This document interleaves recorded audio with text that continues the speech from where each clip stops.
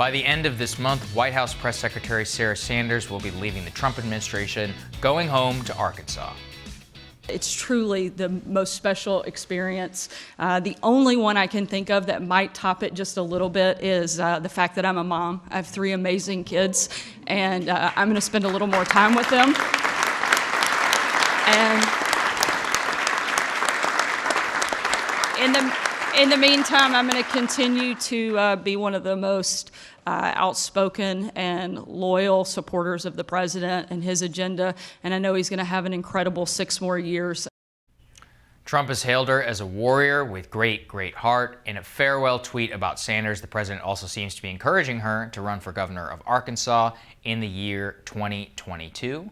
Since taking over for Sean Spicer in 2017, Sanders has had the longest tenure in that position under President Trump. Initially, she took to the podium weekly, but by attrition, the White House pressers began to slow. Her last press briefing was over 90 days ago. RNC Chair Ronna McDaniel tweeted, "Sarah Sanders has been a gladiator for the cause against the daily attacks from the mainstream media. Thank you for your service to America and Donald Trump. While there are plenty of Republicans who praised her, there are those on the left side who have been rejoicing in her departure." Beyond the Arc, a Jewish political advocacy group tweeted, in part, "We cannot let her avoid accountability for serving as the chief mouthpiece and enabler of this admin's bigoted and violent policies." Yeah, she said she wanted her legacy to be one of transparency and honesty, I think. I don't think that's Look, I worked with Sarah Sanders for about 2 years. She was nothing ever but kind to me, and everybody calls her a liar and all this. She actually did more than a lot of people in that building to actually put out accurate information and actually make sure people had context with what they're writing about. She was a professional, which can't be said about everybody, and I will miss working with her. Well, whoever lands in that spot next, first of all, I would would you take that job? Oh my God. Second of all, I mean, they're going to be forced to do the same thing that everybody in that job has done, which is say whatever the president wants you to say, whether it's true or not. Yep, true. President Trump teased a new patriotic paint job for his $3.9 billion redesign of Air Force One. The revamped presidential plane will exchange the Jackie blue color of the 60s for red, white, and blue, although President Trump would like complete design control over the aircraft because, of course, the House Armed Services Committee has voted to subject the president's design dream to congressional approval. In an interview with ABC News, the president said that the new Air Force One, set to be ready in 2024, is for future presidents and not himself. Good. But Twitter users were quick to point out that the new layout and color scheme looks suspiciously close to the president's own private jet.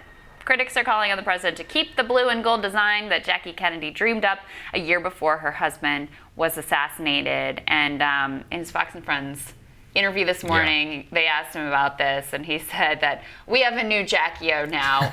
It's Melania. I don't mind having it be red, white, and blue, but there is something really nostalgic to be said. It's iconic. It's a symbol of American power. When the jet arrives, the president of the United States is there. I mean, there's a movie about it.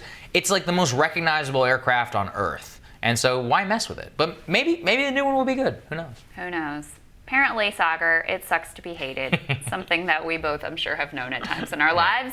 The wife of the U.S. Secretary of the Treasury, Steve Mnuchin, his wife is Louise Linton. She is the subject of a lengthy profile in LA Magazine. You may remember our friend Louise from 2017 when she faced criticism for flaunting her wealth online. 38-year-old actress and producer also visited the U.S. Mint wearing elbow-length leather opera gloves and a matching leather outfit. At the time, many of her followers were upset about her outfit at the U.S. Mint and other extravagant fashion choices on different government trips. Linton replied to the criticism by calling out a responder's comment on Instagram, saying, quote, "Pretty sure the amount we sacrifice per year is a lot more than you'd be willing to sacrifice if the choice is yours." She said some other things as well. In the LA Magazine interview, Linton claimed she wore leather gloves at the Bureau of Engraving and Printing because it was freezing cold in there. She also said, "I was deeply depressed for a while, but it sucks being perceived as a person that you're not. It sucks being hated." Just so people remember, so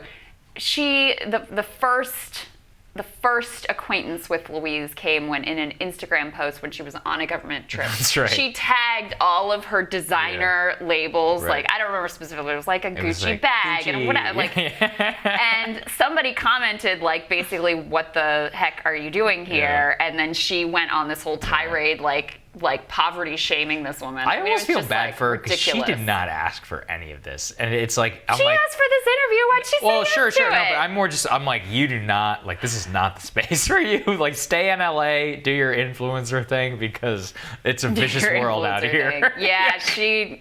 She has no idea. No. I mean, the lack of any sort of, number one, self-awareness, and number two, like, awareness of the environment Oh, here yeah, and totally. what is appropriate is just, like, mind-blowing.